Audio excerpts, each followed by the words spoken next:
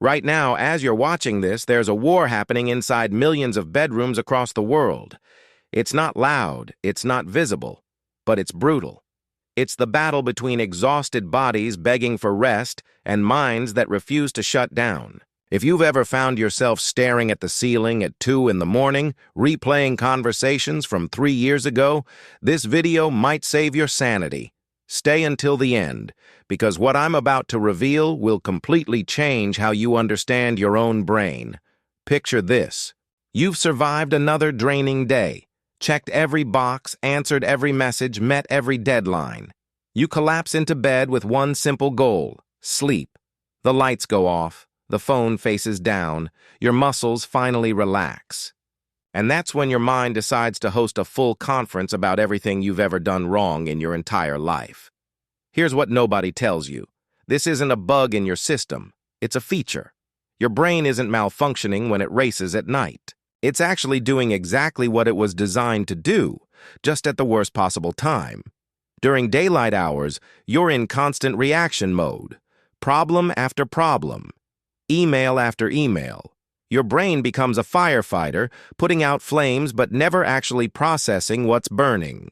When darkness falls and silence arrives, your mind finally gets the space it's been craving all day. Except there's a cruel twist. It doesn't use that space to rest. It uses it to excavate every unresolved emotion you've been shoving down since breakfast. The thoughts that ambush you at midnight aren't random. They're surgical. They target your deepest insecurities with frightening precision. Let me explain the mechanism. Throughout your day, you're performing. You're the competent one, the reliable one, the one who has it together. Your nervous system registers every stress, every anxiety, every moment of suppressed emotion. But there's no time to feel it. So your brain creates a backlog, a psychological debt that comes due the moment your head hits the pillow. Your bed becomes the only place where you're not required to be strong, the only environment where vulnerability is allowed.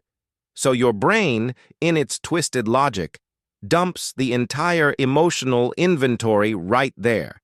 It's trying to help. It's trying to process. But instead of healing, it creates a torture chamber you can't escape.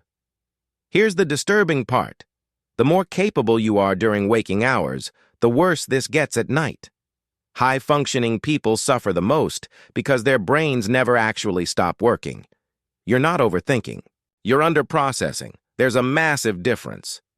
The nighttime thought spiral follows a pattern. It's rarely about genuinely random topics. It clusters around 4 themes: guilt about the past, fear of the future, shame about the present, and obsessive attempts to control outcomes you can't actually influence. Your brain is running simulations, trying to prevent future pain by reliving past pain. The irony is suffocating. And there's a biological betrayal happening too.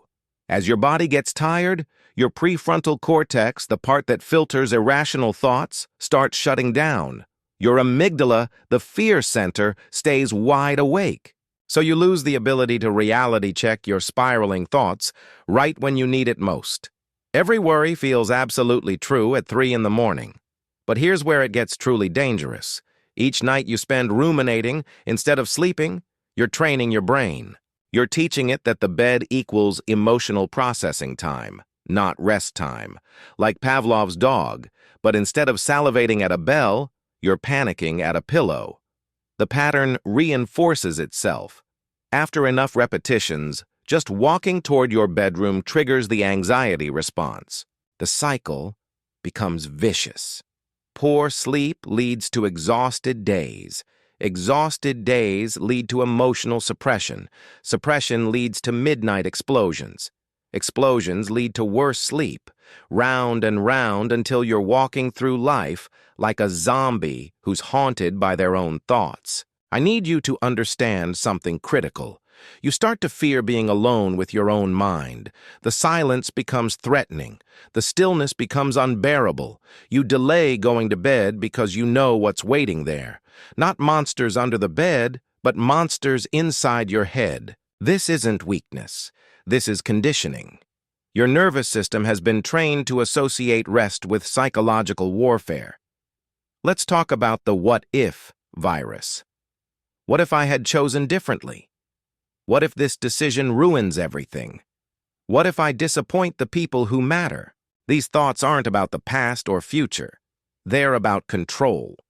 When you feel powerless during the day, your brain attempts to regain control at night through obsessive thinking. But thinking without action is just mental masturbation. It feels productive but produces nothing except exhaustion. Most people who experience this are incredibly functional humans. They hold jobs, maintain relationships, pay their bills. From the outside, they look fine.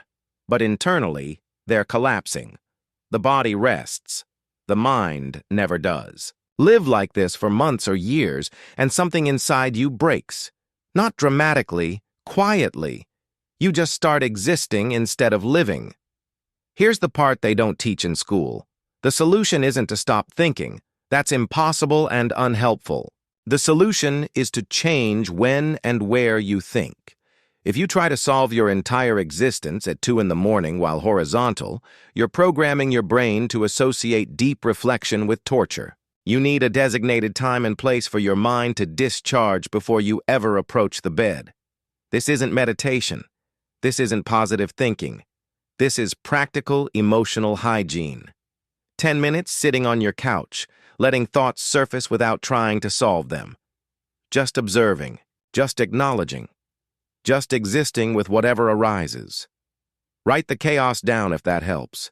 Speak it out loud to an empty room.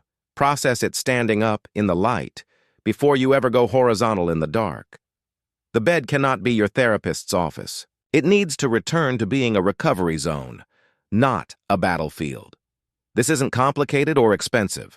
No special equipment required. No guru needed. Just a boundary. A firm, consistent boundary between processing time and sleeping time. You are not broken. You are not too intense. You are not fundamentally flawed. You've just been operating without an exhaust valve for too long. Every engine needs to release pressure or it explodes. Your mind is no different. The nighttime spiral isn't proof of mental illness. It's proof you've been ignoring your emotional maintenance for too long. If this is causing genuine suffering, anxiety that never stops, exhaustion that sleep doesn't fix, a constant sense of being hunted by your own thoughts, professional help isn't defeat. It's intelligence. A skilled therapist can help you create internal boundaries without shame.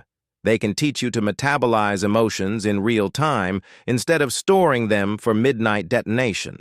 Your mind doesn't need more answers. It needs permission to rest. It needs to trust that there will be time to think tomorrow. It needs to know that not everything requires immediate resolution. Some things need to be felt, not solved. Some questions need to be sat with, not answered. So here's my challenge. Tonight, before you go to bed, spend 10 minutes somewhere else, anywhere else. Let your thoughts come. Don't judge them. Don't fix them. Just witness them. Then, when you finally lie down, remind your brain that work is done.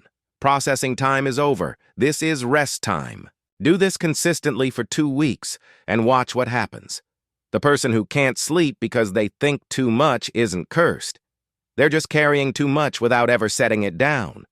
You've been walking around with a backpack full of bricks wondering why you're exhausted. Maybe it's time to unpack.